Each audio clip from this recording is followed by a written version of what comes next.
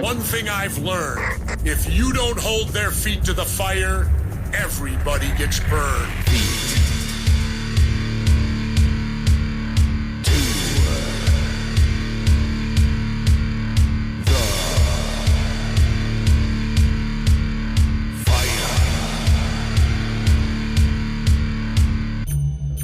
Hold on. Before you start waving around that freedom of speech thing, when you're in a crowded movie theater and you scream fire, you better be able to smell smoke. If you come on this radio show and you start saying incandescent things like that, you better have more behind you, pal, than just your thumb.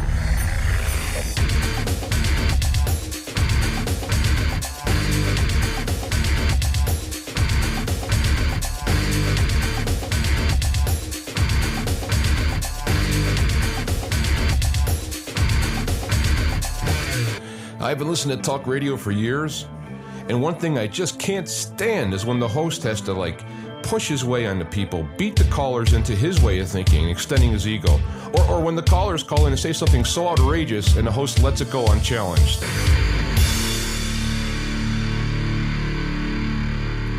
The sign you're on the road to truth is the lack of contradiction.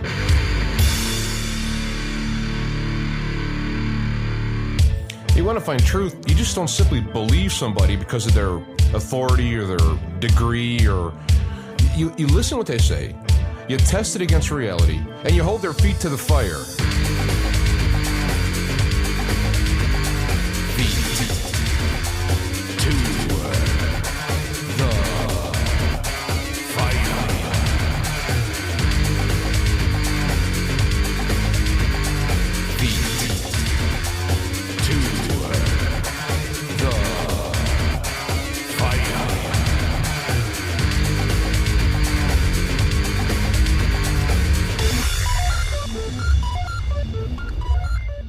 All right, we are back and we are live. Feet to the fire. I'm your host, James Yanchek, the Black Knight of Talk Radio. Things to talk about. This song came to mind. Going to play a couple of verses, a couple of lines from it. Fantastically fits the point.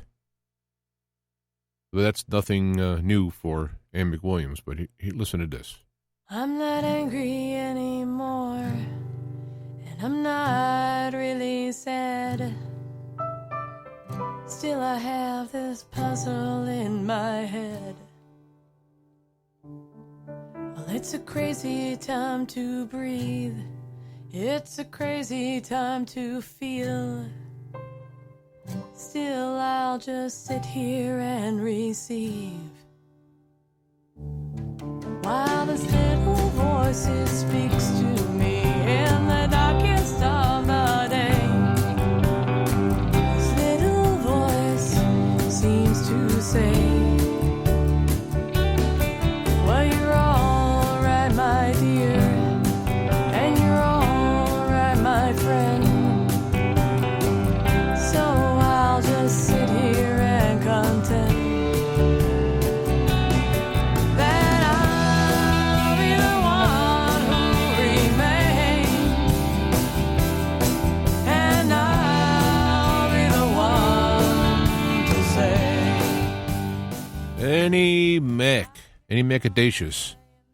I got more to say about her. I actually am pretty excited about working in a little project that I've been trying to see. I love her stuff. I think she's one of the my favorite female artist, producer, writer, singer, and whatnot. So, whoops.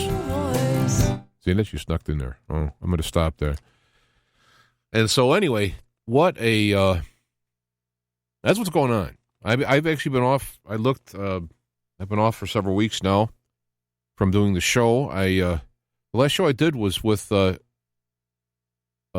Joy Pugh, and I was a little disappointed in the response to it. I don't know if it was just one of the lowest watched shows, and I don't know. I thought it was good stuff, but that's the deal. So it was about the end time stuff and so on. But I'm back, and I have this to talk about that kind of really struck me over the week or so. Now, there's a phrase that just before I went on the air, I thought about this Bible verse. Don't let your left hand know what your right hand is doing.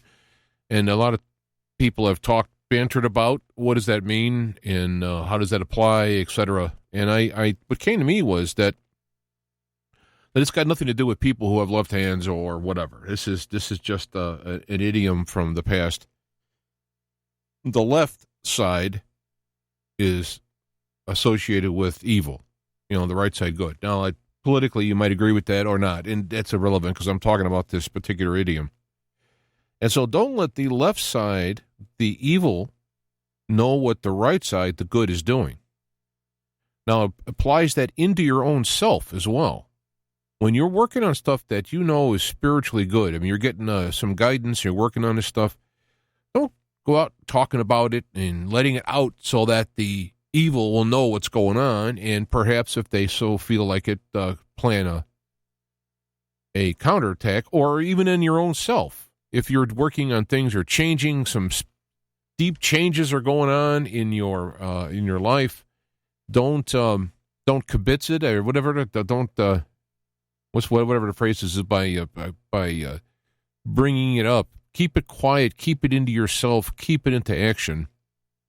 So don't let the left hand know inside you. Don't let the evil inside you even know what the good inside you is doing, so to speak. And I think that means that when you talk about it, when you present it into reality, other than just a ethereal concept in your head, when you present that out into reality, that's when the ball starts rolling. So you want to make sure you get all your things in a row before you start acting on it so that you'd have a strong foundation for what it is. So stuff is going on in my life. I don't want to talk about it too much at this point because it's still fluid for those reasons. It's not that I'm being overly private or mysterious or whatever. It's just that I don't like to go through it. It's been a rough couple of weeks, and I've actually been off this whole week from work due to a family member having a condition that is healing, and it's doing pretty good. So let's leave it at that. Again, left hand, right hand. You can pray for the person in my life that I'm talking about, and God knows. But see, I think the dark side doesn't, unless it's named. That's why you talk about naming demons and how they get mad at that, and how you name Jesus Christ and they get mad at that and all that stuff. There's just certain protocols that have been kind of kept out of the school books, if you will, of spirituality, at least in the mainstream. And a lot of the esoteric groups do have it, but then again, they're also kind of corrupt with a lot of the Luciferian stuff. So anyway, that just popped in just before I went on the air, and I thought there was perhaps a reason for that, and I thought I would share. What I've in the past week or so, looking through my eyes out, both into my life and those around me and out there, I've come up with some comments. I would be assertions. I don't know I don't want to say it's facts or truths, that truths are become self-evident in time, and perhaps this will as well. But what I've been seeing is this concept that I put into my opening. Let me see if I got that in here. Where's my little notes? All right, hold on. I wrote it down and took time to write it, so I want to read it so that I can not stutter through it. I'm not good at, for those who listen a long time, this is not some kind of a new revelation, but I'm not good at remembering things, like memorizing, like saying things. But I get principles. And when I put them down on paper, if I, kind of flow with it and work with it, I can get it to sound nice in reading. But if I try to just say it off the top of my head, it comes out in blurps and bits and pieces. That's why I'm glad I'm on live radio, right? So, but anyway, the title I had for this, as I was pondering what to call it, the interchanges while the external distracts. Now, I condensed it to fit as the title, because it gets too long, it doesn't work out as a title on here. But it seems to me what I've come across is that all the external distractions, and there are many, and they are grievous, that's going on right now, if you were to concentrate with that with your full consciousness and attention, it would be harmful for you because, let's face it, we can't do anything about it. A lot of these things go down. We can't do anything about it. We can fret about it. We can get worried about it. We can get upset about it. You can kind of plan, excuse me, you can plan on things that you think need to be planned on for future actions. So, hey, I think this is going to happen, so I'm going to make this plan. And I'm not saying that's bad. All I'm going to caution is, my caution is that the wheels are spinning and there are so many unseen influences in what will actually transpire that to make a plan is, I mean, a specific plan, general plans, having food and whatnot, but specific plans may be foolish because when the time actually comes, things may come to your attention that previously unknown, and that changes the course of things. Now, that doesn't mean you can't plan anyway and then scrap the plan and then do another one, but sometimes people make the plan and they stick to it and it ends up going off the course that's best for you. So when you are looking at all the things going on, and as the way I put it is that pay no attention to the man behind the curtain contains an obtuse truth for these times. It seems to be not paying attention to the absurd speed and brazen advance of evil, which would be the man behind the curtain, but keeping aware of it in the peripheral allows a kind of openness and distraction excuse me, for the helper to access, teach, and heal. Now, what I mean by that is that if you were keeping full attention on what's going on in the world, man, you'd probably go crazy. You get all nervous, upset, depressed, who cares? Eat, drink, and marry, for tomorrow we will die. That could be the response from that approach of keeping, way attention on it, But being aware of it, not being completely blind from it, but being aware of it, keeping it off in your peripheral vision, off to the side, so you're aware of things moving, but you're not focusing on it. It allows the Holy Spirit to work inside you in such a way because you're slightly distracted with the peripheral attention being paid to allow the Holy Spirit to kind of slip in and do things. But then you're still not focusing on it so that you're going to get all freaked out and scared from it, because fear is the greatest impediment to spiritual work. The channel of fear is very strong and it blocks out. Still small voice, little voice, as Annie said, little still small voice, blocked out by the loud fear. So keep it off to the side, keep aware, but you're also not paying attention to what the Spirit is doing in your life with that same kind of focus. Because I'm going to be coughing now all the time. Because if you were focused on it and you see a little change, you go, oh, and then you get in and you start to help it, and well, I'll go this way, I'll go that way, I'll do this, and so you're interfering too directly.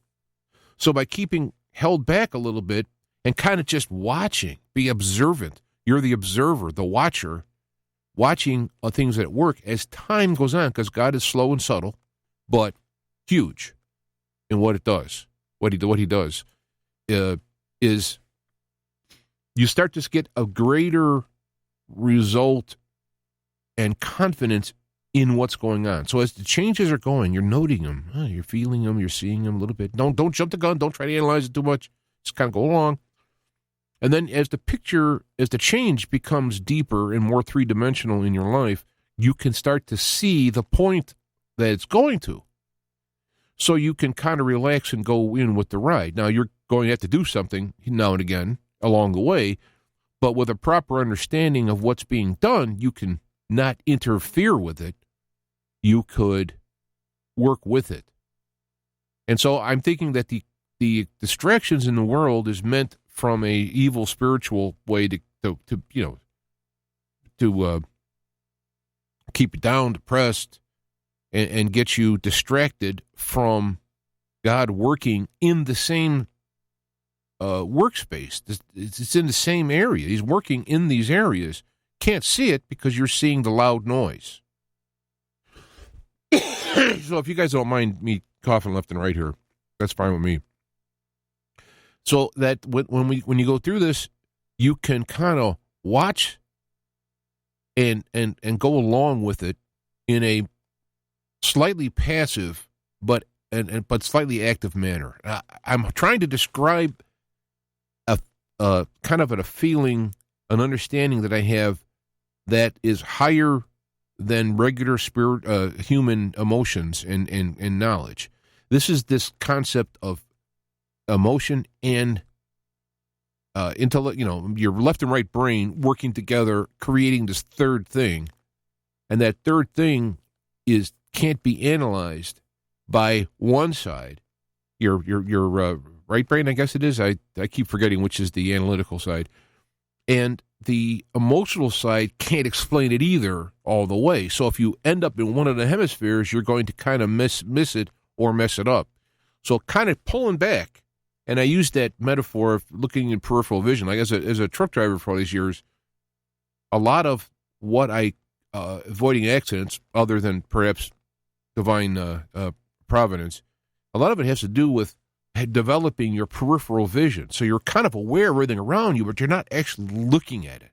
I look out the window when I'm driving, but I'm not really focusing on anything. I'm just looking out there, turning my head left and right so I can move that peripheral vision around.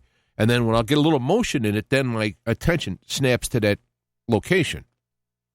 And by developing your peripheral vision, you could, you avoid a lot of problems on the road. And in a spiritual metaphor, this is what we're talking about, this peripheral vision of watching what's going on and allowing the interaction with the helper, as Jesus said in John. I wrote that in this idea here. But the helper, the Holy Spirit, whom the Father will send in my name, will teach you all things and remind you of all that I said to you. There's that peripheral helper. It's very powerful, but very subtle, still small voice, the little voice, working with you to remind you of things that Jesus taught and other spiritual principles, both in and out of the Bible. It comes, the true ones, anyway, come to mind. That's why you should listen and have a wide range of things you have been exposed to. That stuff comes back to mind. It's easier, I think, than bringing in new concepts, though, of course, that happens too. So when you're going through this, it's crazy out there. It's like if you were to sit down and look at what's going on and articulate it, it's beyond belief. I hit the cough button for that one. I think it's probably because I haven't talked much in the last week. And so now I'm talking away here. I got some water.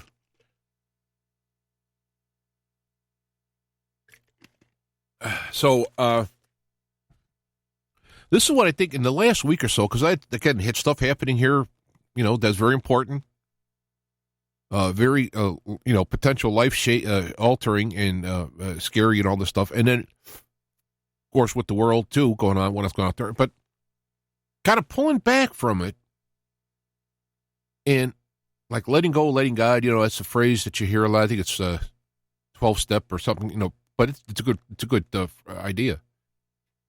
Has kind of like allowed me to watch what's going on with this extra little given. I use the word given. Been in math and science as I've grown up in school, high school, college. Whenever you have a proof, you have givens in the proof. Now, it's important those givens are true, otherwise your proof is fallacious. Same thing in logical deduction when you have fallacies. And you put that in there, you come up with wrong things. So the given that I have is that all things work for good for those who love God, those are called according to his purposes. Or as I like to say it, all things are good, work for good for those who love God, who listen to his voice and follow. I mean, just generally follow. It doesn't have to be like perfect every single step. It's not like God's sitting there with a stick. It's like, you missed a step, bam, You kind of go along. And I think of the sheep, in the metaphor of the sheep and the shepherd. You can follow his voice. It doesn't mean every step is perfectly in line, but it's the general flow. So that's a given in the background, even with all the stuff going on in the world now. Being a person who thinks that we have now entered in the so-called end times, latter days, as they put it, all things will work to good. Now, if the person loves God and is following that general helper voice inside, the little voice, as Annie Mac says, if you love God, follow that voice, even the bad stuff works for good. And we will sit back, and you will do this in increments too. You'll sit and go like, wow, I can't believe that happened. I thought this would happen, or I thought that would happen, and I thought for sure, look at all the evidence pointing to that. And then this thing happened and it was good. Amazing. All things work for good for those who love God, who hear his voice and follow his direction. Now, that is the given that I have in the background of like everything. That's like right there. Besides, God existing, all-knowing, all-loving, and all that stuff, right? The belief in Jesus being the vessel of God into humanity, i.e. the Son, bringing serious commentary on the religion at the time and principles that last forever, working spiritually behind the scene, sending the helper, working through this to change you to be like God intended you, which would be happy. You're not a slave. It's like somebody who's this is a base example, but you're a screwdriver, and you're trying to be a hammer. It's not going to work out. The best you could be is a screwdriver, and a screwdriver likes being a screwdriver. At least the few that I've talked to, anyway, I kind of like being a screwdriver. So the idea is that this is what we're trying to do here. Now it's brutal out there. I mean, it's just wild mania, right? It's stuff happening that I can't believe it's happening. It's like this is 10 years ago. This would have been whoever has been doing it in office would have been laughed out. They would have been chased out. And yet the people are in the office doing this stuff and keeping things in there. So anyway, keeping detached from what's going on, putting it in the peripheral, being aware, and at the same time, say like the left peripheral would be all the trauma in the world. The right peripheral is keeping kind of a subtle eye on how things are changing in your life and those around you that's in your periphery, and seeing that how it's happened, and keep in the background all things work for good for those who love God, those who hear his voice follow. Keep that in the background. And as you go through these times, it's a much better. I mean, it's a more productive and it's a better look, feel as we go through this. I mean, heck, you could just jump off a bridge, all right? That's how you can get through this, You can go crazy, you can, whatever. Just all these options you can take.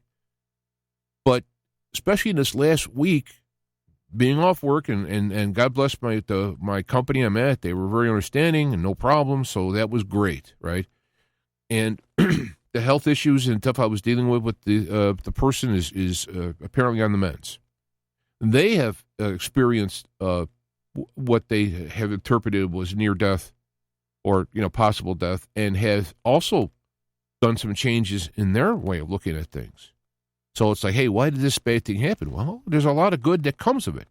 God doesn't cause things to happen as much as allows them to happen and then uses them. The old Rob Emanuel comment, never let a catastrophe or whatever go to waste, right?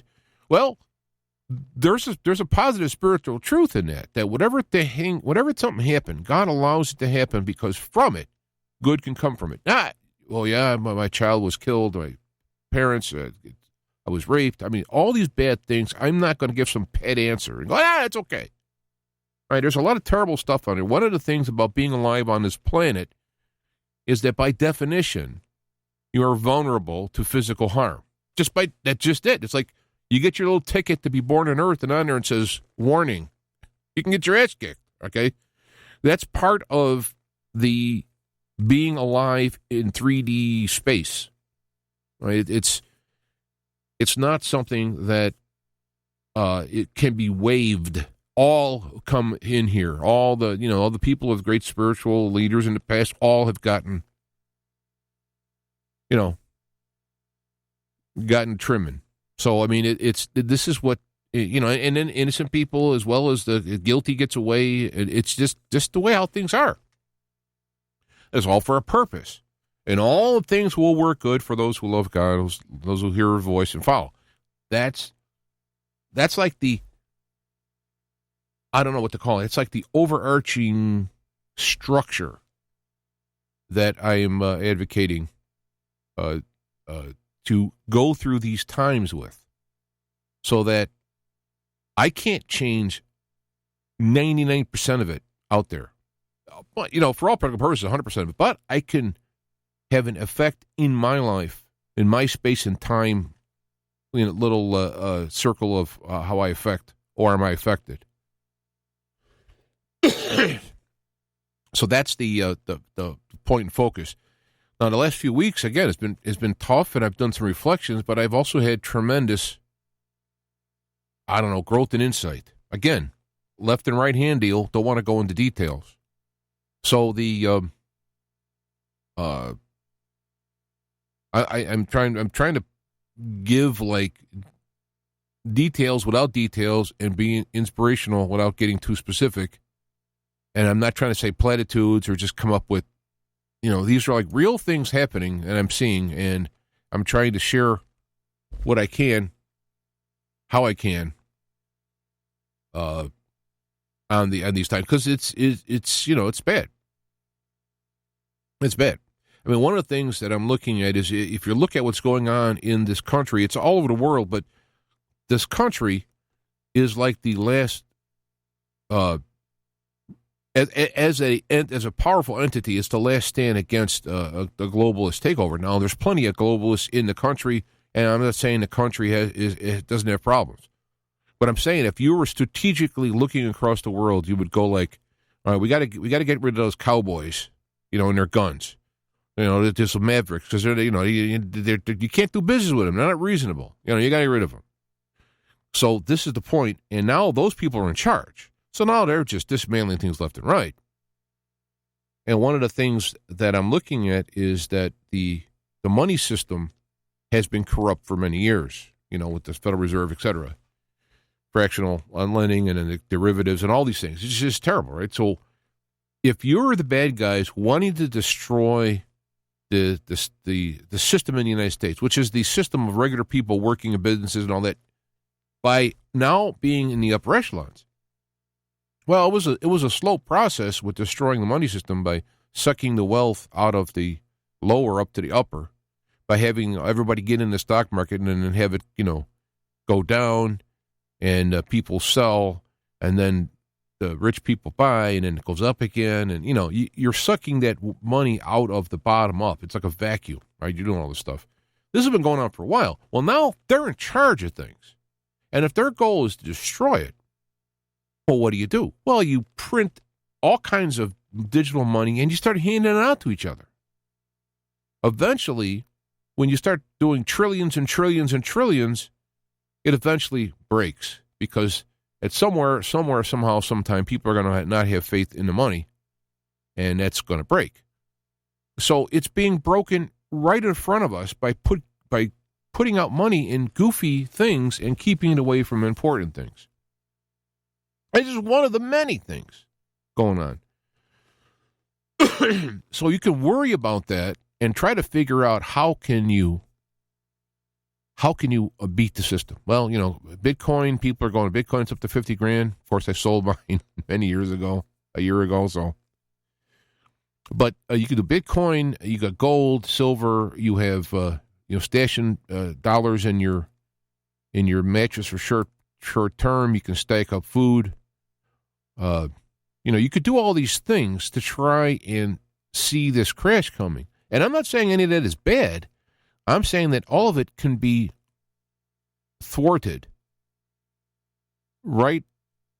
If that's what you're depending upon, it is weak. It is sand shifting underneath the foundation, because Bitcoin can become made illegal, And through the super AI computers they have now who can unwind the Bitcoins and whatnot. And if they make it illegal and find you, which like gold was made illegal years ago, and if you had gold, you were in violation of the law. It was confiscated, and you can go to prison. All right, they changed that now, and now you're keeping the price of gold and silver down by futures and manipulations. And of course, the dollars the actual digital dollars could just disappear by a stroke of a key and a mouse. And the physical dollars can also be forced to turn in. If you got a hoard of food, the word gets out, and when people get hungry, they come burn your house down to get your food. I mean, I can go on and on, right? There's no surefire way. There is a surefire way, however, and that is by hanging in that periphery, listening to the helper, that still small voice, the little voice, as Andy says, following that lead, because I'm making this up, right? Somebody's going to come burn your house down and tell you. You can get that information in your head and go, you know what? We got to get out of here. And you end up leaving before it happens, taking what you can, and you avoid that situation. Where did that little inspiration come from? Now, maybe you actually heard somebody who said something to you, but even that little pathway of information to you could have been created by the Spirit. So, yeah, you can keep these things. Nothing wrong with all the things I just said. There's nothing wrong with having them. And if that's what you're basing your survival on, like the guy who's got the bunker, got all the food, he's got 5 years worth of food, and, he's like, I'm going to show everybody. They made fun of me in my bunker. I'm going to go in there, and I'm going to lock the door, and we'll see how that works, So then it happens, and then he breaks his leg and, dies of gangrene or something. I mean, I'm just saying that you can't depend on yourself solely. You can't also just stay out there and sit in the middle of nowhere and go, that's all right, don't worry about it. Winter's coming, I'm going to sit out here and relax. God will take care of me. That's not either. That's not what I'm saying either. It's this combination of this inside inspiration to do what you need when you need to do it, and developing a relationship with that to hear that voice and then act on it. If you don't have that situation as we go forward, it's going to get tough. You can depend on people who maybe you think do have it, and then you just follow them, and maybe you can coattail through that way. But that's how you get stuck in cults and FEMA camps, for that matter. So it comes down to it is that when you're in classroom and you're there to take your final test after a year's worth of studying and all that, if you didn't do anything all year, it's going to be very hard to pass that test, regardless of how good you may feel about yourself or are. And you're in a three-dimensional world. Again, one of the caveats, a little disclaimer when you're born here, is that, it's tough. You can get hurt or killed here just because of the mechanism of the world. It's nobody's immune to that. So the answer I found from years of banging around and trying to figure out what the right way and what to do and so forth, the best I can come up with at this point is, as you are led to do, not by fear, but by the little voice, follow that little voice, especially nowadays because we're in tough times, right? So it's like the buffer zone between karmic buffer zone is shrinking. So you're going to have cause and effect. The space between, oh, wait a minute, I forgot I didn't mean to do that. Let me change my mind. That little space is shrinking. And what I'm saying could get people nervous. And that's not my point. My point is to just take it serious. Meditate. Prayer. Jesus talked about one of the particular demon infestations that their disciples couldn't get rid of them. And then he said about them having little faith and all that. And I think what they mean is if they'd understood the principles better, they would have been able to have done it. But this particular type needs prayer and fasting. So there's this idea of prayer, and this is the whole idea in Lent. I don't care if you're a Baptist or an atheist, the whole concept behind here is this I guess if you're an atheist, you wouldn't believe in any spiritual insight, but the whole point of it is to fast away from your physical concentration. You're focusing on that. Put the physical into the peripheral and start to live into the spiritual. And by taking that step back, you can get insights. So yeah, it'd be good. I mean, if you're a person who's underweight and have health issues, no, you just can't go fasting. I mean, again, we're living in a world where you have physical consequences. So if they pick you up and throw you in the lion's den, all right, then the spiritual can override that kind of stuff. But you not necessarily want to volunteer for those kind of things. So if you're a news junkie, you turn off the news and you get Bible or other spiritual insights from other sources. And prayer, talking to God, means talking to God. Meditation is listening to God. So prayer and meditation, to me, means talking to God and listening to God. And in order to listen to God, it has to be quiet because it's a still, small voice. And so you prayer and listen quietly, and you sit back and listen. You don't sit forward and listen. You're not waiting for a voice to go, yes, James, because there's a pretty good chance that's not going to be a friendly person. Because God's methodology, again, these are things that I found over, since the late 90s, I guess. God's methodology is that it's subtle. It's strong, firm, quiet, and it's kind of long. It comes through long, so it's kind of not, it's just long, kind of slow, and it takes praying to God, talking to God, and then quietly listening to God, prayer and meditation. So when you set time for meditation, it's not like you clear your mind of nothing, No, it's, you don't want to open the door for some ne'er-do-well spirit to start connecting. So you have this prayer to God. Hey, God, I want to connect with you.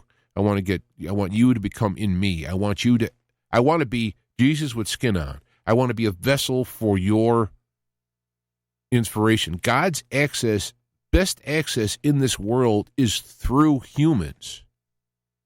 And of course, the satanic access applies as well. You don't see demons popping out of the sky and starting to throw things around. Not yet, anyway.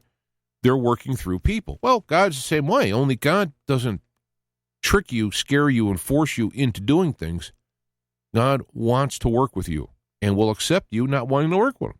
It's not in your best interest, and God still, from time to time, will kind of insert his authority to try and keep the ball rolling until ultimately all hope is lost of it.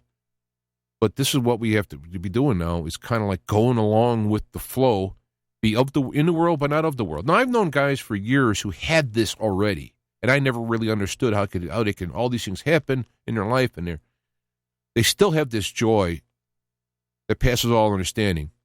And I didn't understand that, because I didn't have that. It wasn't that I wasn't a believer or wasn't, quote, unquote, saved. It was I wasn't in that zone. You have to be in that zone, and you can get out of that zone. And so every so often, you'll trip into the zone, or you'll make a choice that will get you into the zone, or God will put you in the zone. And then once you're in that zone and you really absorb it, you want to try and stay in it. And this is kind of what I'm saying here, is that by having this peripheral view of the world as well as of what things are going on and staying in that zone, you're in a better position to follow that little voice and that to be able to get the information that you need at that time so that you can respond accordingly for the highest, best good of all those within your influence, including yourself. And sometimes, in a team situation, somebody takes it on the chin for someone else, but the other people are there to help heal the chin. So this is the kind of thing that I'm looking at for. So being all dogmatic and talk about all the judgments and destructions and all stuff that's going to happen, to me, that may work to break somebody from their arrogance or whatever, fine. I mean, it's not my gig, so somebody else can take care of that. thing is to share my experiences, how and why, with some slight analysis of it, with some kind of like connecting all these little dots. So this works from here, and he said this, and I see, I understand it. This applies here, that applies there. Oh, I see how that fits here. That kind of thing. And then you could take whatever, and apply it or not apply it, or maybe it's going to corroborate something you've been thinking about, or it's something on your mind, or whatever. And so you're going to be working in that realm. So to me, to kind of bring it all around is that you want to be able to be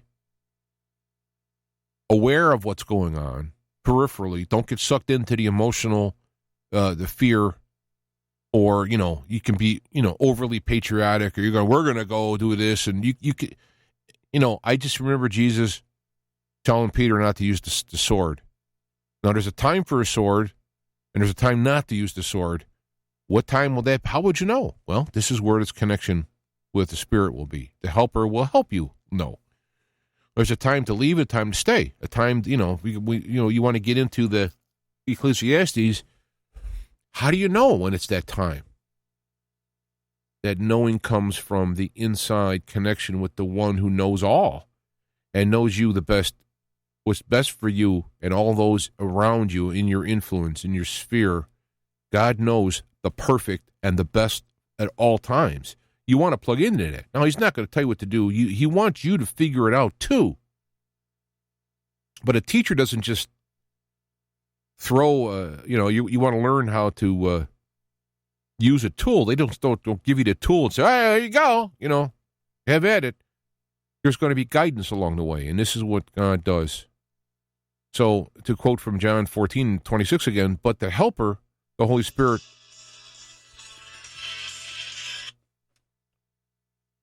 I got to stop this here. I got somebody calling me. Yeah, I'll have to call you back. I'm doing the radio right now. I'll give you a call back. Thanks. So now that, of course, broke my train of thought there. So rewind where I was and go from there. But the whole point of saying all this is that the helper, the Holy Spirit, who the Father will send in my name, will teach you things and remind you of what I said to you. And I would expand that to say, remind you of what you need to know when you need to know it. But your job is to be exposed to the items, things that need to be reminded to you. So remind you doesn't mean I'll tell you what to do. Remind you is going to within your knowledge base, within your experience base, I'm going to bring to mind to your mind to things that you need to know at that time. So one of the things I did right was I listened to the Bible 1,000,000 times when I was driving over the years. So now things, and I don't remember verses exactly. I'm not memorizing, but the principles are there, so they come to mind. I got to go find them in the Bible so I can figure out, so I can quote them to, rather than just kind of blather out the principle. But that's one thing I did that was good. I have that in there, and the Holy Spirit can access that. Plus, I have other spiritual principles that I've looked at throughout and found corroborations amongst extra biblical sources. And if somebody's a welder, if something's broken, and God could bring to mind in terms of welding how to fix it, or something. This is how it all works, I think. So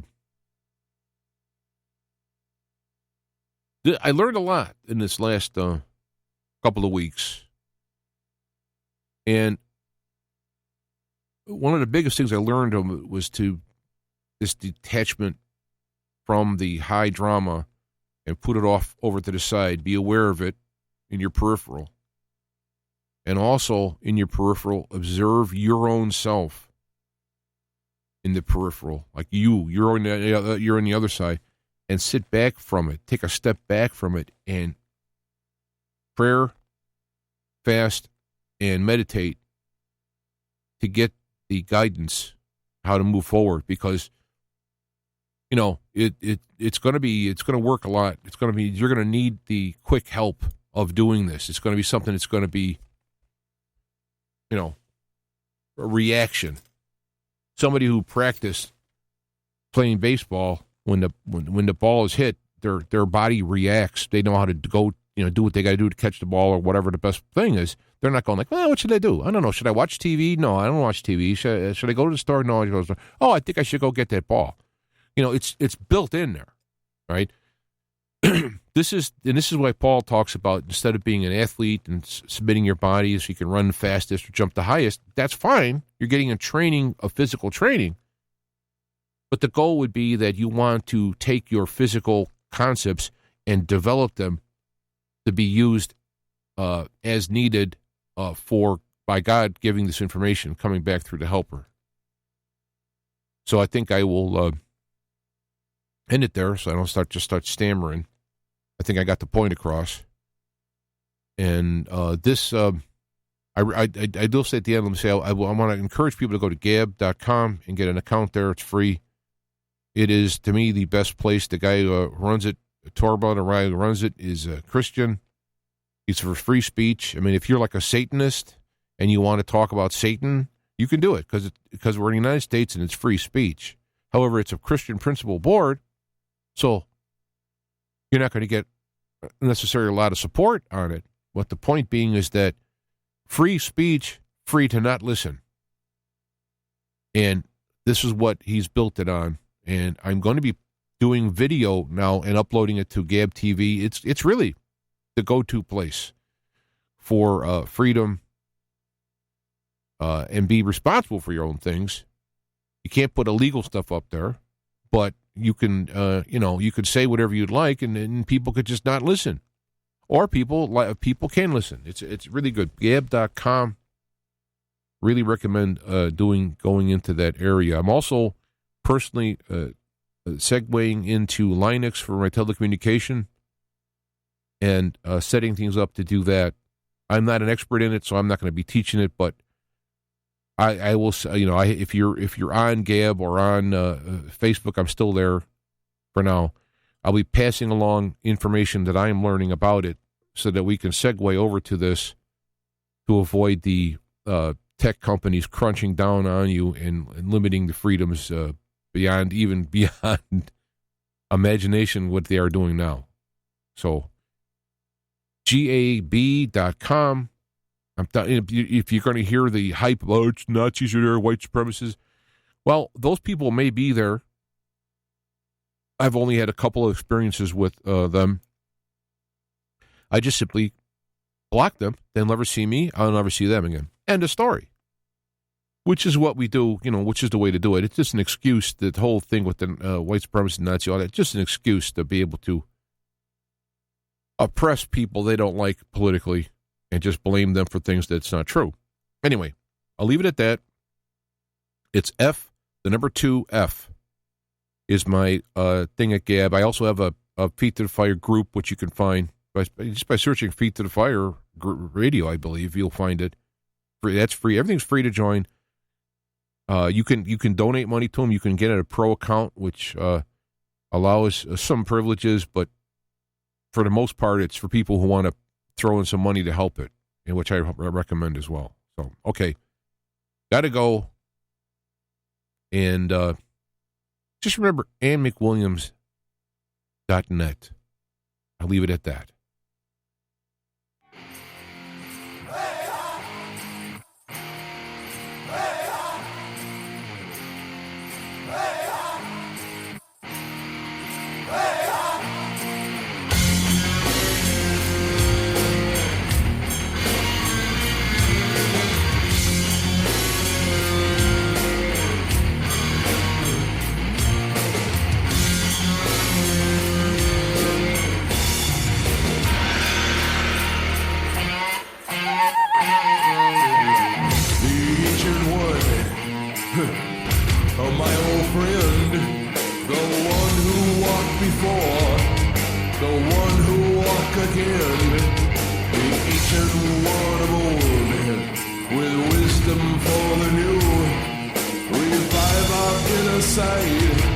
Retell your timeless truths. Oh, it's your one.